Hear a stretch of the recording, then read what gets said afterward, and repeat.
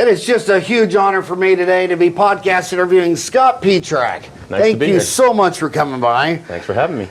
He has been with a local Arizona police department for over 20 years. He has been a detective for 10 years and has investigated everything from thefts to homicides. He is now a detective with the Computer Forensics Unit and also the Internet Crimes Against Children Task Force, investigating the crimes covered in the topics discussed in his presentations.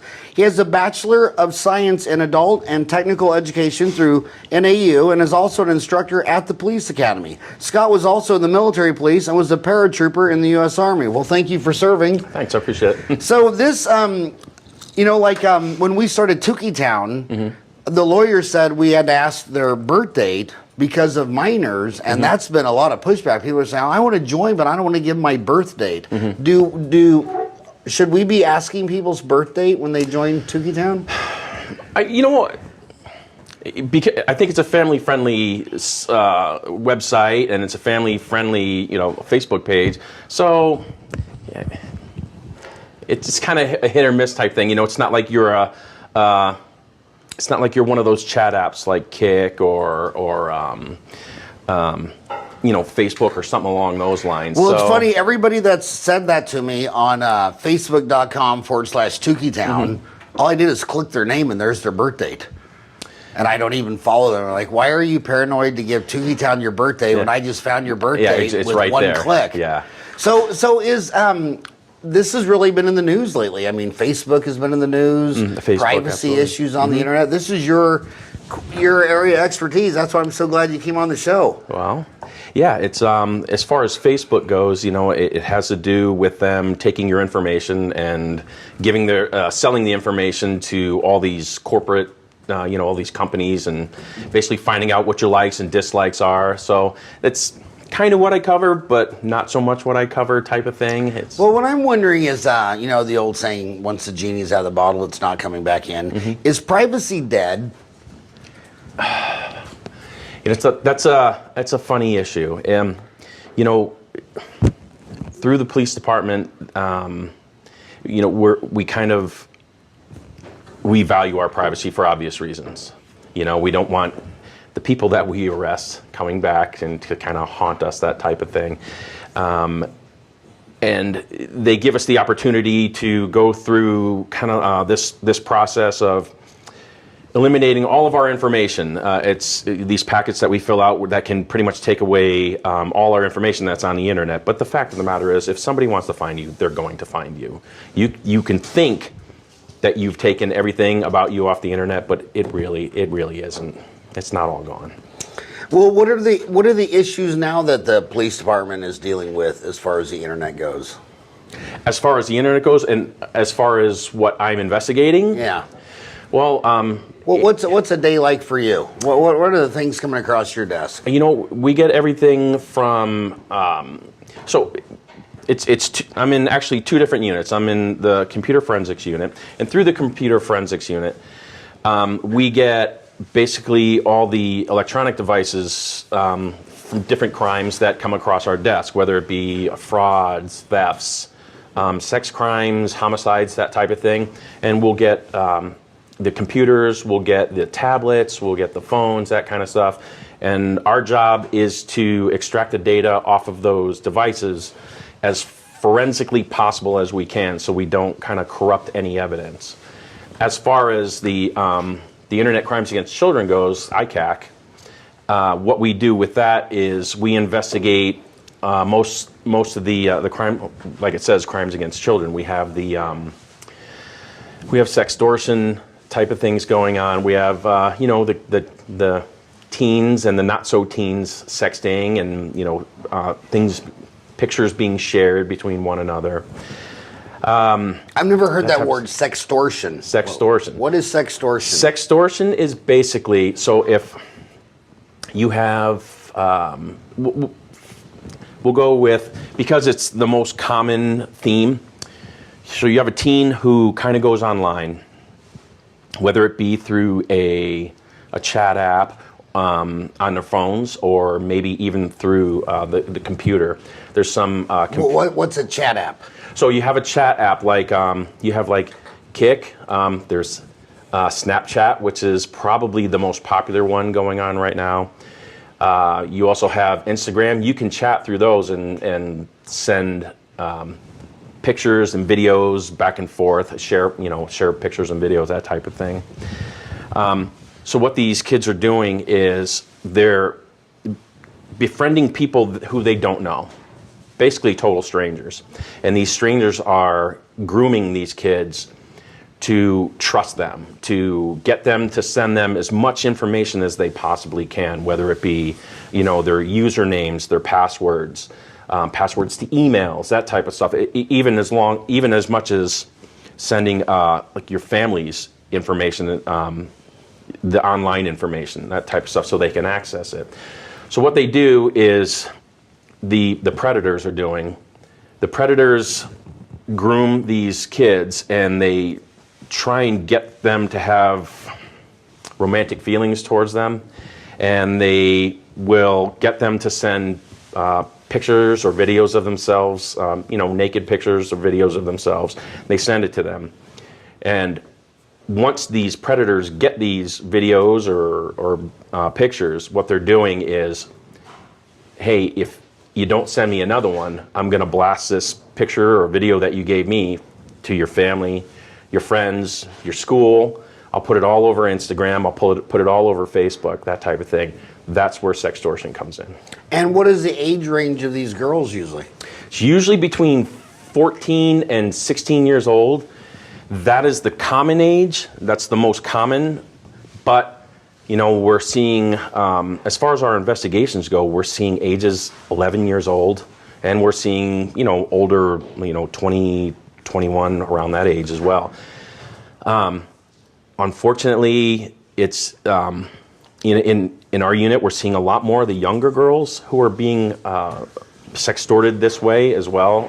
I just had a case come across my desk of an 11-year-old girl who, took a video of herself that she probably shouldn't have been doing, shared it with someone, and it got blasted onto a couple of the more popular chat apps, and it really snowballs into something big. And then, that's... Now, do those companies? I know Zuckerberg owns Facebook and Instagram, and Snapchat's publicly traded. Do you feel like they're on this and really trying to help you so that stuff like that, with technology, so that stuff can't happen? A lot of them are very police friendly, and they'll help us out. They'll give us as much information as they possibly can give us when we send out subpoenas or search warrants to them. And there are some that are not so police friendly at all, that are very, very difficult. Kick used to be one of them, but they've become a lot more generous with the information they're giving out. They used to make us, because they're located in Canada, they used to make us jump through some international info sharing problems. But they've become a lot more relaxed with that. And I would say about the worst one right now is probably Snapchat. Snapchat is very difficult to work with. You would think everybody, if you could unite everybody together, it'd be against predators, against kids. Absolutely. And I just read a story the other day, and it's not, and a lot of people might just jump and say, God, what's wrong with these 14 to 16-year-old kids doing this? But God, the elderly are just as bad. I mean, you just won $1 million, but you have to send us $20,000 for the taxes before we send you the $1 million, and they send the 20. I just read a story the other day where a lady gave all away her savings, and when she found out it was a fraud, she committed suicide. Yep. Yeah, exactly. And you know what? It's one of the unfortunate things these days. It's I kind of liken it to what a dog does. What dogs do is they're going to try 1,000 times to get into that garbage can, because they know what's in there. 999 times they're going to fail, but that one time they're going to get something. And that's what your predators are doing, whether it be with kids or whether it be with your vulnerable adults, your older adults. They're going to send out, and they're going to send out, and they're going to try, and they're going to try. They'll send out thousands of invitations and chats, and all they need is that one. It's that one that gives them their fix. I always thought it was weird with Google. You go anywhere around the world and Google, where's the closest restaurant near me, or where's the closest whatever, and in 1 second it tells you. Absolutely. But they can't figure out that this email from a Nigerian prince who just collected $5 million. They can't figure out something's wrong with that email. Yeah, well, and they got 20,000 employees. Really? Yeah. Unfortunately, sometimes common sense plays a big role in this, and sometimes people just don't make the right decisions. They just don't think about what they're doing. So, you talk about so many things. Cyberbullying, sexting, sextortion, the dark web, child. Which ones would you say, if you're McDonald's, would be the Big Mac, the fry, the go? What would you say the biggest one is? The second biggest one, the third biggest one that you're dealing with? Well, honestly, I think the biggest problem right now is probably the sexting back and forth. And that's different than sextortion. It is. So I kind of hesitate to use the term that it's a lot more innocent than sextortion is. They're basically you have your two kids, whether they be in junior high school or high school, and honestly, even now we're seeing in the later grades in the elementary school, like 4th or 5th grade, they all have their devices. They have their phones, they have their tablets, that kind of stuff, and they're talking back and forth. Everything's a chat now.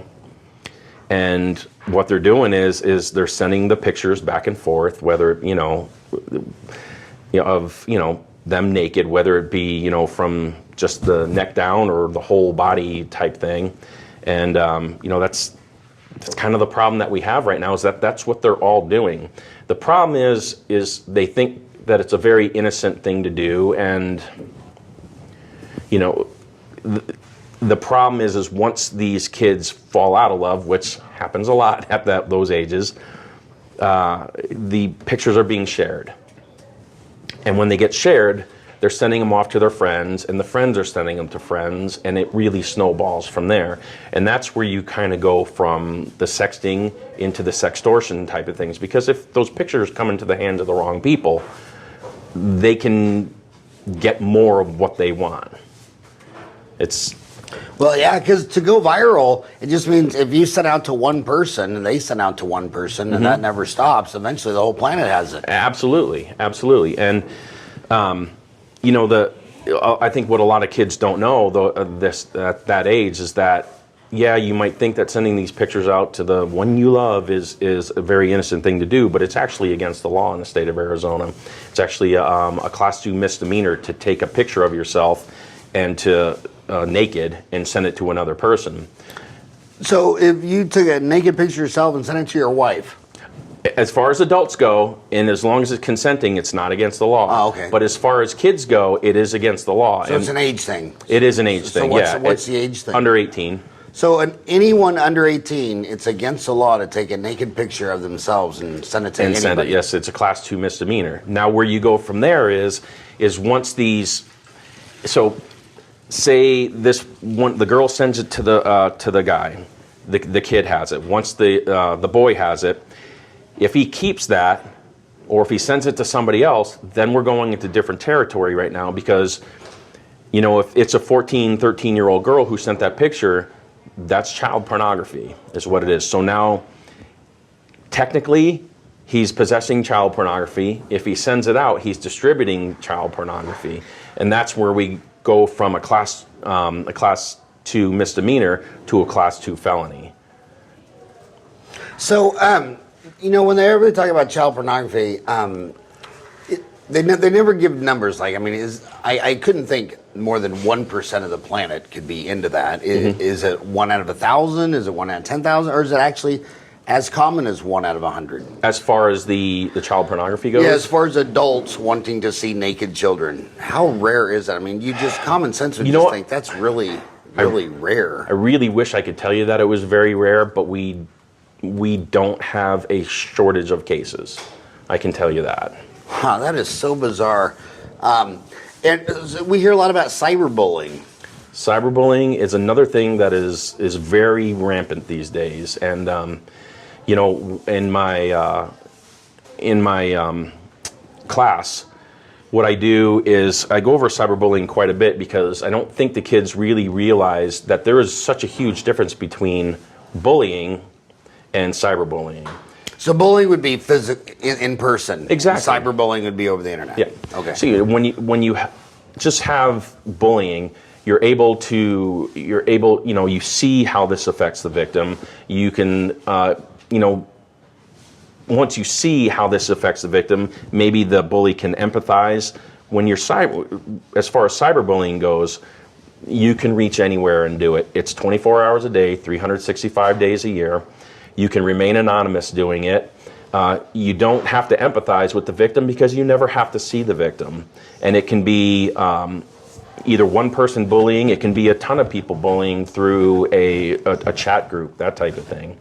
And what I don't think these kids see these days is the fact that it's the way it affects the victims is it's so damaging to their psyche.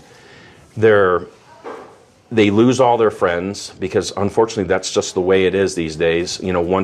Once they're bullied, once one person turns away, the majority of their friends will turn away, and the other part of their friends are too afraid to say anything about it before it's too late. And it's leading to depression and, in a lot of cases, to suicide attempts and successful suicide.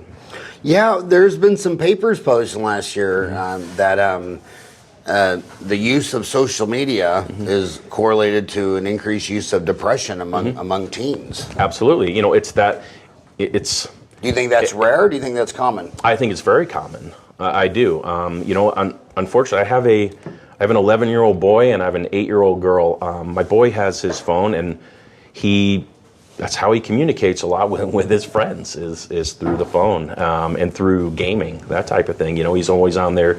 Either when he's playing games, he's either playing with his cousin or his best friend. Or is he playing the games with his smartphone, or is that sometimes or on the TV? Yes, sometimes. But when they're on those home games on their TV or their computer, like Xbox or PlayStation. Yeah, they can chat there too, right? Absolutely. Can they send pictures and videos there too? They can. Some of them have cameras that you can send the pictures and the videos back and forth. The predators know this. The predators know that if they can get in contact with these kids through these games, and they can just get that little foot in the door, then if they groom them the right way, they can get what they want, whether it be the videos or the pictures or what have you. So in cyberspace, it really doesn't matter where the two parties are at. So is it kind of so like Arizona probably doesn't have more of it than, say, the next state over, or America have more than the next country over, Canada? Would you say it's evenly distributed since the internet doesn't know borders? Honestly, because of the business I open, I research it a little bit more maybe than your average person does. So yeah, it is happening all over the place. It's an international problem, but as far as what I investigate, it's mostly within the state of Arizona. And but once we find out where a predator is, we can find out sometimes if this person is in Canada, or if they're in Mexico, or if they're in another state, East Coast or far West Coast, that type of thing. I was only cyberbullied one time, and I found out it was Ryan, and it was probably a good cause. It was probably for the right reason. So you talked about the company that you opened. It's called OnlineSafetySpecialist.com. Yes. Tell us your journey. When did you start that? What was going on in your world where you decided to start your own company, OnlineSafetySpecialist.com? Well, like I said, I've been investigating these crimes for about 2.5 years now. All the subjects that I go over in my class are cases that I investigate. So basically how I started it was my son played soccer, and all the families that we kind of play soccer with, we're all pretty tight. We all get along really well. And we were at a barbecue one night, and someone said, we were talking about what I do as far as the ICAC stuff goes. And they said, it would be great because if somebody would actually teach about this type of stuff, because they really don't teach it in the schools, and really not many people teach it out in the regular world. It would be nice to have someone teach that. And I said, well, I could probably put something together and bring all the kids from the soccer team over, and teach them, a quick class on it, just to kind of give them an idea of what's going on out there.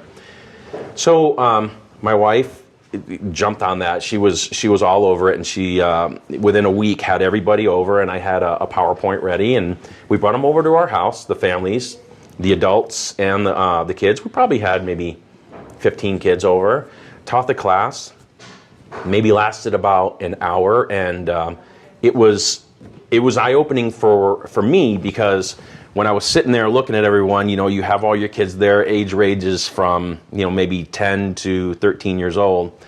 And when you start saying, okay, we're going to talk about sexting, and we're going to talk about sextortion, they're all, oh, you're talking about sex. But within about 10, 15 minutes into the presentation, they're all very intently looking, thinking, wow, that can really happen.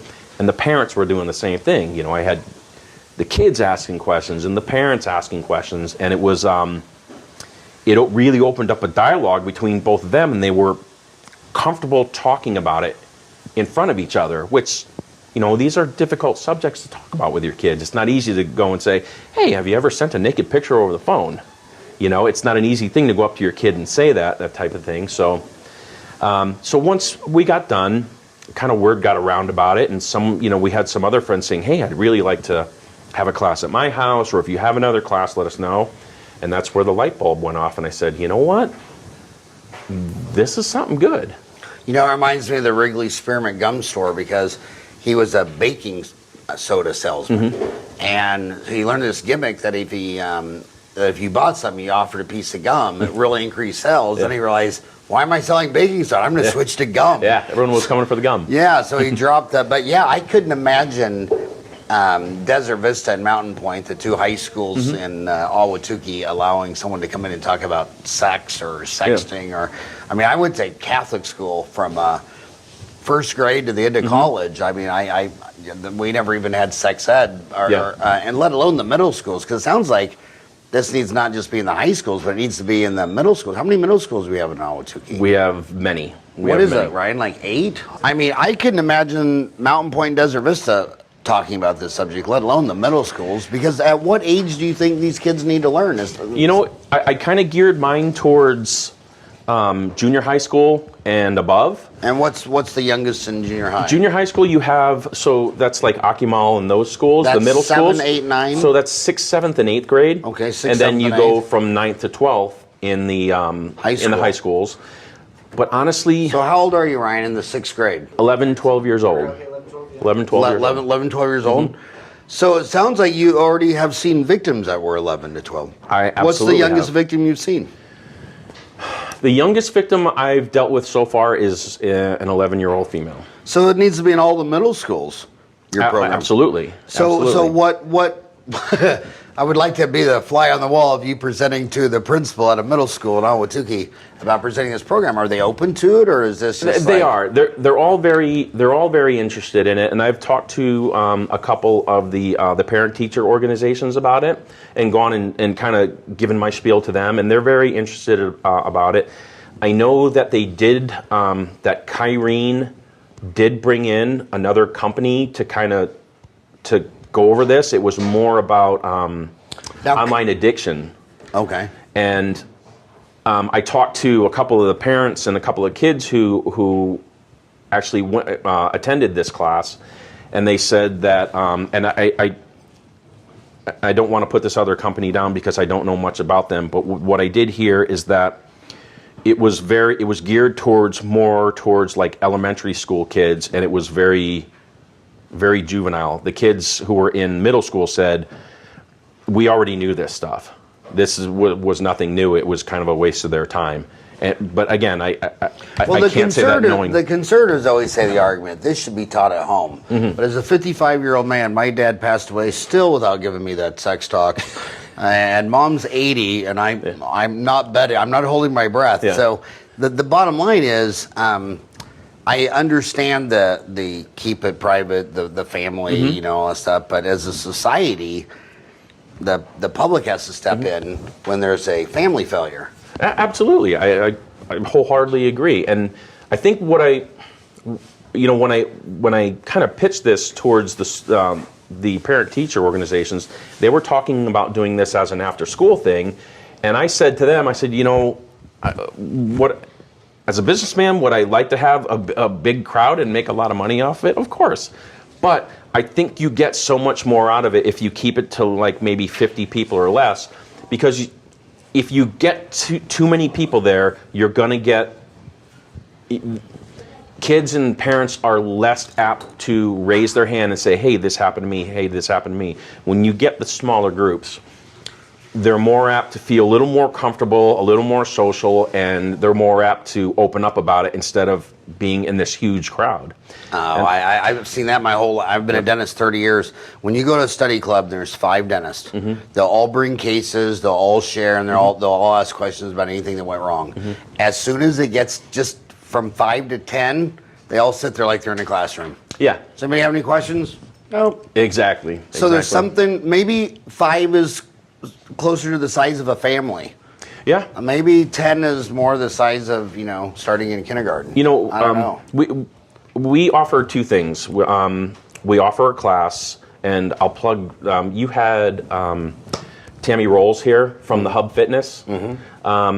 And Mark and Masty Godfrey, they own Hub Fitness. The Hub Fitness actually opened up their doors to us to go in and teach these classes, to actually put on our own classes, and we've done 2 or 3 over there so far, which have been very successful, and we've had maybe 25 people at each one. And I've also made this so we could go into somebody's house. They can actually host this at their own house, in the comfort of their own house. All I need is just an HD TV that I can hook my laptop up to. And I've taught anywhere from 10, 15 people to 35 people at somebody's houses. And it's usually friends and family, that type of thing. And in each, whether it be the classes that we teach at the Hub or the ones that are hosted at their own house, the smaller groups like that, even with 35, with the 35 people, I made this to go maybe about 90 minutes long. And we went well over 2 hours because people are raising their hands. They're not just the kids. The kids are asking questions. The parents are asking questions. It's a great thing to have to open up that dialogue between them because, like I said, these subjects are not easy to talk about. And the way I geared this was I didn't want to make it. I didn't want to make it seem like it was okay to do these things. Just watch what you're doing. It's kind of a no holds barred type of thing. We talk about suicide. We talk about the effects of it, that type of thing, and what can really happen. And at the end, without giving things away, because I'd like people to come to my class, but I show them, some of the predators and stuff like that we've dealt with, that type of thing. And suicide is going up. Absolutely, in fact, it is. suicide. In fact, okay, so I'm 55. I was born in '62. 1962 and '63 was the last time in America that the mortality rate, the how long you live, actually went down 2 years in a row. So now I'm 55, and it went down in 2016 and 2017. So your average suicides have gone from 30,000 to 40,000. So it's incredible. This is very serious. I mean, we spend twice as much money per person on health care than the next 20 richest countries combined, and they're living longer, and ours is going down. You'd think the return on investment, that if our society spent twice as much money per person than Canada, wouldn't you think we'd at least live 10% longer than Canadians? You would think. But it's going down. So the return on investment is clearly in question. And what you're talking about is suicide is a part of it. Another part of it is addiction. It is a lot more rampant these days because, being online and this technology is so accessible to kids. A lot of these apps that I talk about, you can remain anonymous on. The kids know it. The parents know it, and the predators know it. That's why they use these things. They can remain anonymous and. Can you remain anonymous on Facebook?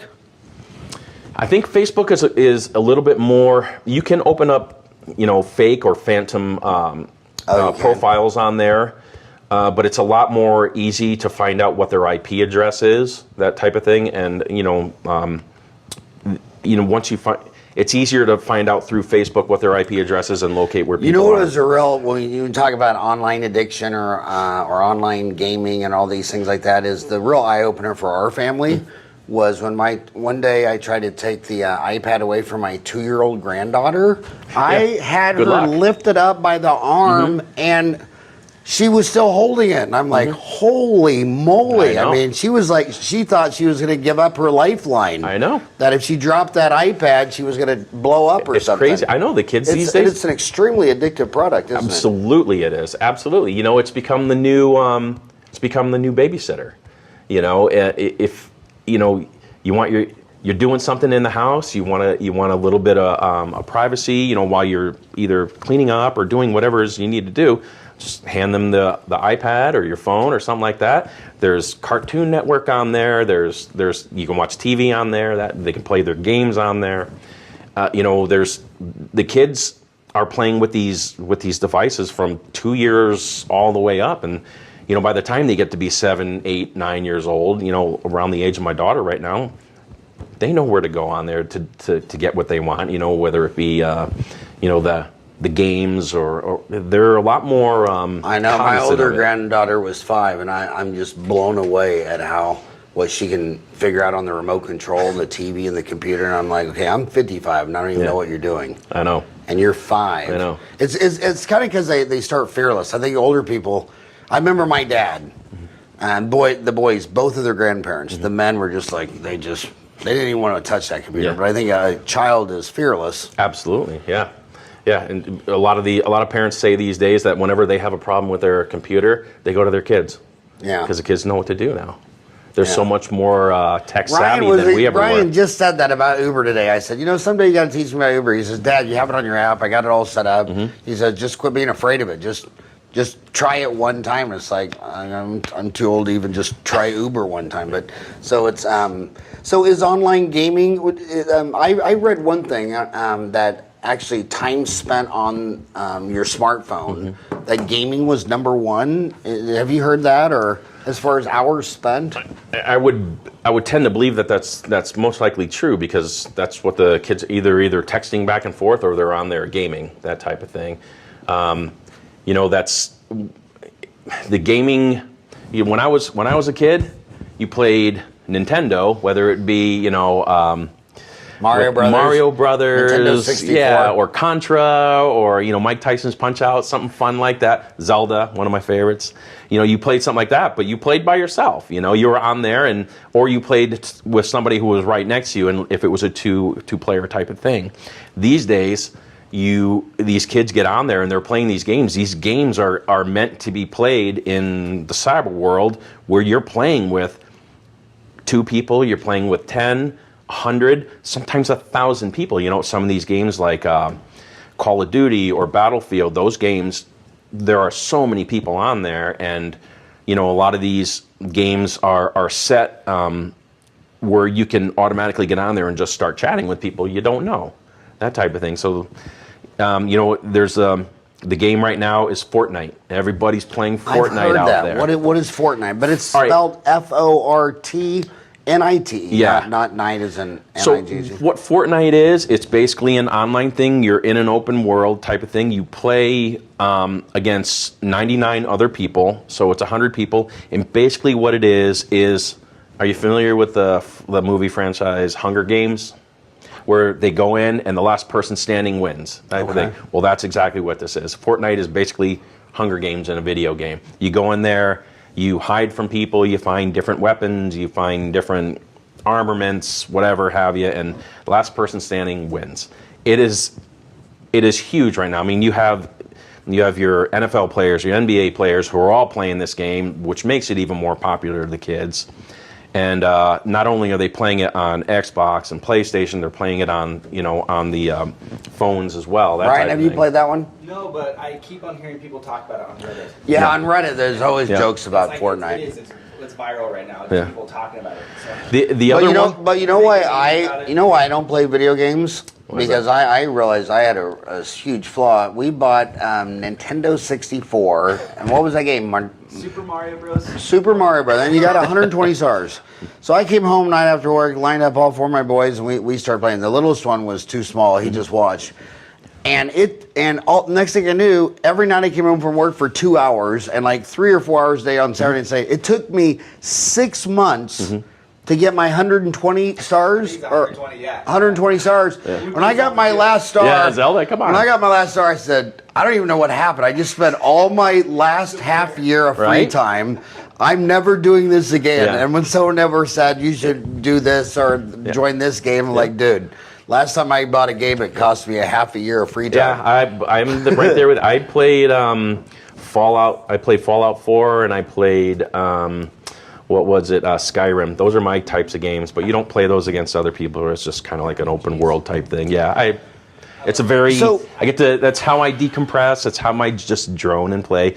But once you can go into the options and it shows you how long you've played, and I've played 300 hours. All right, I've got to get a life.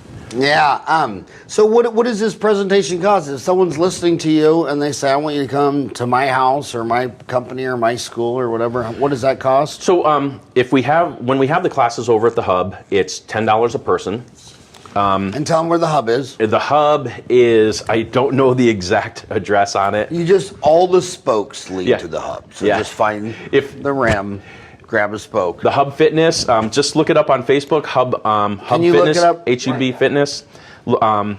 They are, once we have the classes over there, it's $10 a person, and we highly encourage that it's kids and parents, because this is really geared towards opening a dialogue between them both. So you're a mom and you got 5 kids spread out. What age? I would say if you have kids that are in grade school, if it's 5th grade and they're tech savvy, by all means bring them. If you feel comfortable doing it, just know that we are going to talk about sexting and sextortion, that type of thing. We also go over human sex trafficking a little bit, because it has to do with being contacted online. And then junior high school and above, that type of thing. So junior high school means middle school, right? Yes. So grammar school which is kindergarten to 5th if they're tech savvy, but then all middle school and all high school. Absolutely. And the Hub Fitness is at 4425 East Agave Road, Phoenix, Arizona. So Agave Road, it's kind of it's like Ray Road and 46th Street, around that area. It's behind the Circle K over there. You can't miss it. It says that's the on the Hub same on it. street as the Mountain Point High School. Yes. Yeah, so it's between Knox and Ray Road on Agave Road, which is the road right in front of Mountain Point High School. And the people who own it and run it, Tammy and Masty and Mark, they are great people. They really love giving back to the community, and that's why they kind of opened up their doors to us. Really, really great people. And she was podcast number 47. Yep. So how do they contact the Hub? Do they go to thehubfitness.com, or do they go to onlinesafetyspecialist.com? So go to onlinesafetyspecialist.com. You can contact us there, or you can go to our Facebook page, Online Safety Specialists, and you can contact us through there as well. And another thing that you can do if a class really isn't your type of thing, you can also host a class in your house. Or wherever you want to host it. The hosting family will be free of charge, and then it's the same price for anyone after that, $10 a person after that. So I noticed that they go to your website, onlinesafetyspecialist.com. You don't have any links to Facebook, Instagram, Twitter, Pinterest, LinkedIn. Is that on design or oversight? I will say that we are on Twitter and Instagram. I don't do a lot with Twitter and Instagram. I don't even know if we have a lot of followers on there yet. But I mostly do everything through the Facebook page and through the onlinesafetyspecialist.com. So what would your Instagram? I'll try to find you on Instagram. Instagram, I believe, is called, it's the same thing, Online Safety Specialists. I wonder if that'd be one word or 3 words. Online safety specialist. I should find it. Is that you? Yes. Okay, I am following you now Nice. on online Thank you. safety specialist.com. Can they email you or call you, or would you prefer they go to the website, the contact? They can contact me at scott@onlinesafetyspecialist.com, or you can. My phone number is on the Facebook page, and it's on onlinesafetyspecialist.com as well. You mentioned the dark web. That seems to be something I've never heard about until this last election. Now they say, what are some of the terms that are thrown out, that the government's ran by, what do they call it, the deep government, and they're on the dark web. Yeah. What is the dark web? Is it fantasy or fiction? No, it's 100% real. So what you have is, I kind of give this example of what the dark web is. There's layers of the internet. So if you think of the internet as like an iceberg, you have your part that's sticking out of the water. That's the part that you can see. That's basically your surface web. And that's the internet that we use. That's, going to Google or going to onlinesafetyspecialist.com, what you use on a daily basis. And they say that's anywhere between 4 and 7% of the actual internet is all the internet that we use. 4 to 7%. That's It would be it. all your Facebook, Google, Yep. LinkedIn. Below that, below the water, just below the water, you have the deep web. The deep web is basically going to be all your storage. Okay, what was the above the water called? That's your surface web. Surface web. And below the water, You have the deep web, which is basically it's all information storage, that type of thing. It's the stuff that we can't get to, where companies communicate between each other. It's where the government communicates between each other, that type of thing. Below the deep web, you have the dark web. The dark web is mainly used for criminal purposes. That's where you can get any type of ID you want. You can order drugs through there. You can order firearms through there. You can order anything you want. I went on there once, and I had always heard you can hire a hitman on there. So I typed in hitman, and it came up as conflict resolution. And there was a bunch of lists of conflict resolution, that type of thing. So there's a lot of stuff on there that you want to stay away from, because that's where a lot of people are going for their child pornography, pictures and videos. It's not 100% criminal, but the majority of it is. And it's hard to get to. You have to have special software. You have to configure your computer differently. It's not easy to get to. would you probably have to be a programmer to figure that out? I don't know a programmer, but you really have to. You kind of have to know what you're doing with your computer. You think that's where all the hacking's done down? A lot of it. Yeah. So then I have to ask you, so many people talk about it. It seems like everyone's talking about Bitcoin. Where would Bitcoin be on this? The dark web, the deep web, or the surface? It's mostly so as far as the dark web goes, they deal in all Bitcoin, and it's very funny if you were to go on there. What the dark web is basically a bunch of marketplaces. If you went there, it almost looks like a bizarro world, Google or Yahoo, that type of thing. And it's a bunch of marketplaces that compete against each other and hack each other all the time. One marketplace will hack another to try and get all the traffic from that marketplace to go to their marketplace. That's basically all they do. So 5-10 years from now, do you think Bitcoin will be do you think I'll go to Arby's and buy my sandwich with Bitcoin? You never do you know. think that's more of a hype bubble? Yeah, I think it's more of a scam? high-end type thing. I don't know if it's a scam. It's becoming more. I don't know a ton about it. I just know that it's becoming more and more popular. If you want to do something on the dark web, if anybody goes there, to buy anything, you're going to need Bitcoin. That's the only way they're going to deal with you. We're told, my dad always told me never talk about religion, sex, politics, or violence. But I have to ask you, do you think Snowden is an American hero for exposing people to what the government is doing, or do you think he's a criminal and should be come back and prosecuted and go to jail? Oh man, see, you're setting me up. There's no way you could answer that without making somebody mad. Yeah, oh, no, I know. I can understand what he did, why he did it, But the fact is that he put a lot of Americans in jeopardy, especially servicemen and women. And that's where, as far as I go, that's near and dear to my heart. And if you're jeopardizing their safety, then whether you did it for the wrong or the right reasons, it could have been done a different way. That type of thing. So he was. Would you say he was a whistleblower? Oh, absolutely. But he could have done it in a less harmful way. Yes. And you think and generated this much conversation? I mean, now they've made a movie on him. What was that movie called? On was it just Snowden? I think it was called Snowden. Yeah. Did you see the movie? I have not seen it. No. So it's kind of a complex issue. It's kind of like he thought it was a positive whistleblowing, but it was too high a risk, and he could have done it in a less threatening way. Yeah, but when you're, again, I understand what you're trying to do, but when you're putting people's lives in danger because for your own personal agenda, then I have a problem with that. Another issue that comes out, and you don't know if people are just saying this for their own self-interest, like Las Vegas is very against online gaming. And of course you could say, well, for obvious reasons. Yeah, because you want us to hop Southwest Airlines and go do it there. But then you have the issue of, everybody knows that online gaming, it might be fun for 90% of all the grandmas and grandpas to go have some fun, but there's a certain element that gets addicted to it. Do you think online gaming should just be across the board legal, or do you think that would open up a huge can of worms?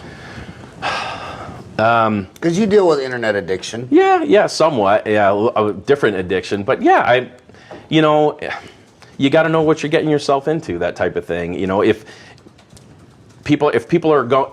If you have an addictive sort of personality and addictive sort of lifestyle, whether it be online gaming or whether it be going to, one of the local casinos or to Vegas, you got to know what you're doing, everything in moderation, that type of thing. So I don't necessarily see a problem with it, but, it's just for people who have that addictive nature, the online gaming would be a lot easier for them to access than it would be to go to, whether it be, Arizona Casino or Las Vegas or... I saw a chart the other day on alcohol drinking in the United States, and it blew my mind. It was like half of America last month did not have a single drink.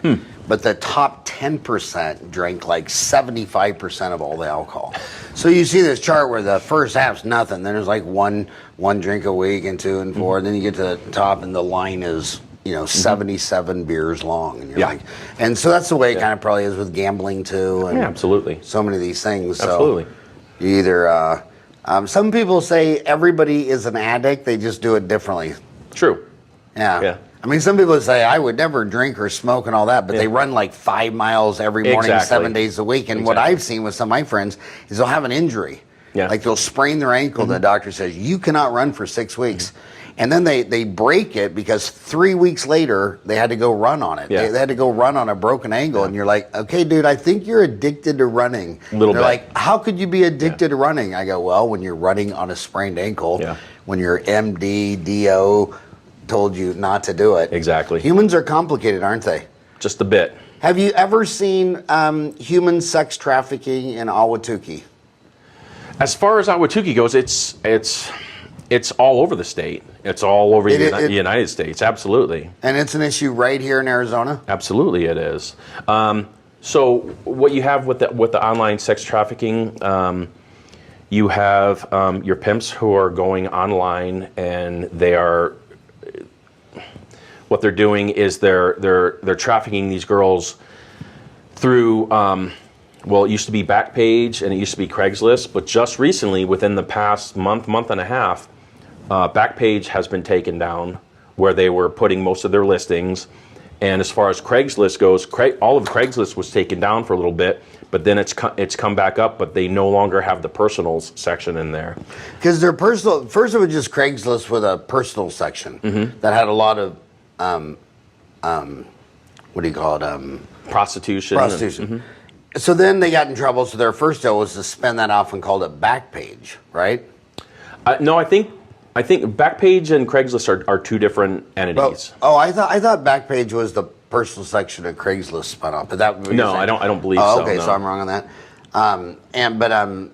but now they've closed down completely. Both been completely shut down. Now, is that just the United States, or is it still closed down around the world? Because I remember the country that was the most mad at the owner, Craig, was the president of Thailand. He said, this is a scourge in our country. Absolutely, yeah. So did he take it down in the Philippines and Thailand too? Or? That I don't know for sure. I can find out about that, but I would think that they probably have taken it down there as well, because it's more of a problem there than it is here. I'm not trying to diminish the problem here. We had a big problem with what was going on there as far as the trafficking goes.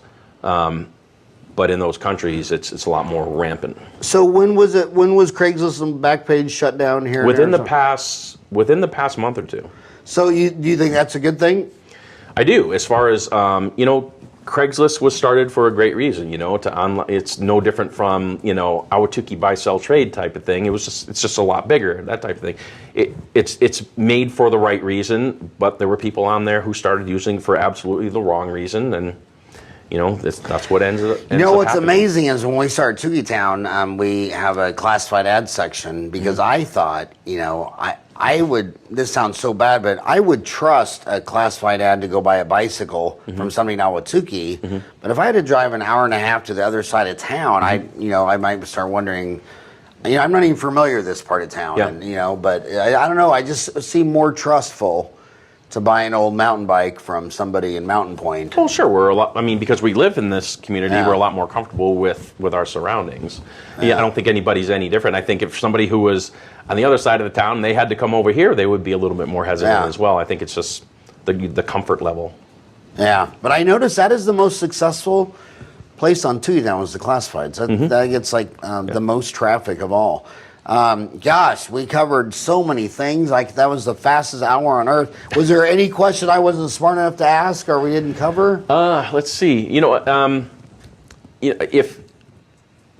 If you have a hard time talking to your kids about this, and again, you don't ever want to be the bad guy with your kids, and you want to open up that dialogue, I would highly suggest coming to our class, just because it opens that dialogue, and we go over the things that we've talked about: the sexting, the sextortion, the human sex trafficking, the cyberbullying, the child luring. But we also go over the online gaming, which is a big one these days. But we also go into the parental controls, how to use the parental controls on iPhones, on Droids, on this Xbox. So there's parental controls on an iPhone that I can turn off for my kids that they're not smart enough to turn back on? Yep. They're not the greatest. I think iPhone has a lot better parental controls than the Droid does, that type of thing. But we also go over the applications, the parental applications that you can buy from the app stores, like Norton. I think it's called Norton Family. Norton Family has a lot of people don't like Norton virus control on their computers, but Norton Family is actually a very good parental control app where you can.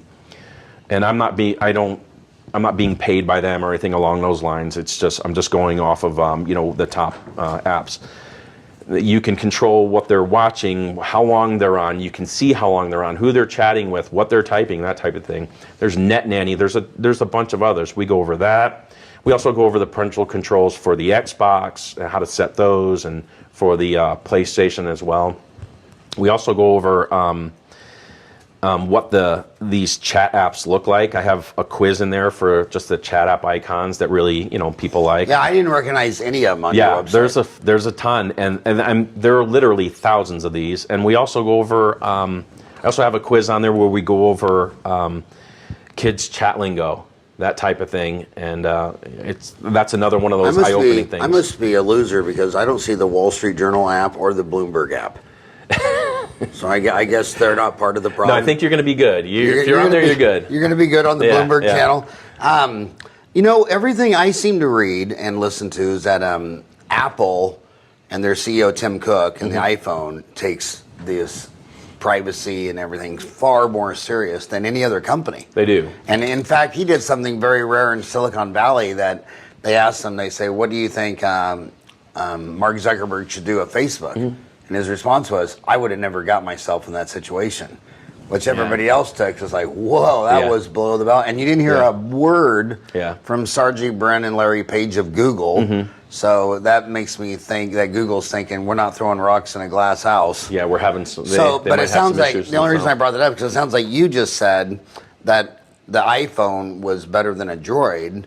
And I don't use a Droid, but I know on my iPhone they're continually asking me for my password. A lot of times I got to put my thumbprint there, and we're probably just around the corner before they'll probably want me to hold my eye up to the camera. Oh, absolutely, yeah. I mean, well, that's what they're doing. You know, it's funny whenever Apple comes out with something, a new product, they're always adding. They went from adding doing the security pin to the security swipe to the fingerprint and now face recognition. Looking at your eyes, that type of thing. And the Droid is usually not that way until Apple comes out with it, and then Droid does, kind of like a. Well, one thing I can tell you from my personal point of view is that when we submit an app to Apple and the Google Play Store, it's pretty much just approved. Apple, they always kick it back. They've always got 5 problems with it. So they're venting their apps. They're scrutinizing it a lot more, which is good to see. So from my point of view, they're 90% of all the scrutiny I get is from the iTunes Apple Store, not the Droid Store. But well, you're an amazing man. That's an amazing journey your life's been on to end up this. My only last question is, does it ever kind of make you feel personally jaded as a human when you're always dealing with the dark side? Like you see these guys come back from Afghanistan, Iraq, and you can tell they've seen stuff where they're not going to be happy-go-lucky like me the rest of my life. Do you think if some kid was in high school listening, we got a lot of kids from Mountain Point and Desert Vista thinking, when I grow up, I want to be a police officer. Do you ever sit there and say, it's kind of like going to Afghanistan or Iraq. It might break you and it might make you jaded. You've been in this 20 years. Do you feel it broke you or made you jaded, or do you think you have a different outlook on life than me? I would venture to say that probably 99% of the police officers probably do have a different way of looking at things. But it takes it's definitely a different lifestyle. The past 20 years have definitely been different. I wouldn't trade them in for anything, but I'm definitely maybe a lot more cynical, maybe a lot less trusting than your average person would be. But you try and get through that, and hope that. My dad gave me some words of advice when I was leaving to go to college to become a dentist, and he goes, Howard, I own a Sonic drive-in. Do you see the smile on their face? All my customers coming in, you can't beat the smile on their face because they're about to eat a cheeseburger and tater tots. He goes, every customer you ever see the rest of your life is going to come in with a toothache, upset. He said, you're going to deal with the grouchy people. He goes, every time you go to Disneyland, those are the happiest people on earth. Greatest place. Why would you want to ruin that and do root canals? Or go to war or something like that? So it's... must be your passion. You know as well as I do that being a police officer is not the most... it's not the most popular profession these days. But if you get in it, it's very rewarding. You just have to wade through a lot of stuff to get to the rewarding part of it. Which makes I swear this is the last question. Now the big debate of the police officers, they want them to wear body cameras all the time. What's your thoughts on that? I actually think it's a very good thing because, if a police officer is going to do something that they probably shouldn't do, then they need to be held accountable for it like anybody else does. But there's a lot of people, majority of the police officers out there are doing exactly what they're trained and what they're supposed to be doing. And these cameras are showing that, especially when it comes to, everybody wants to complain about a police officer these days.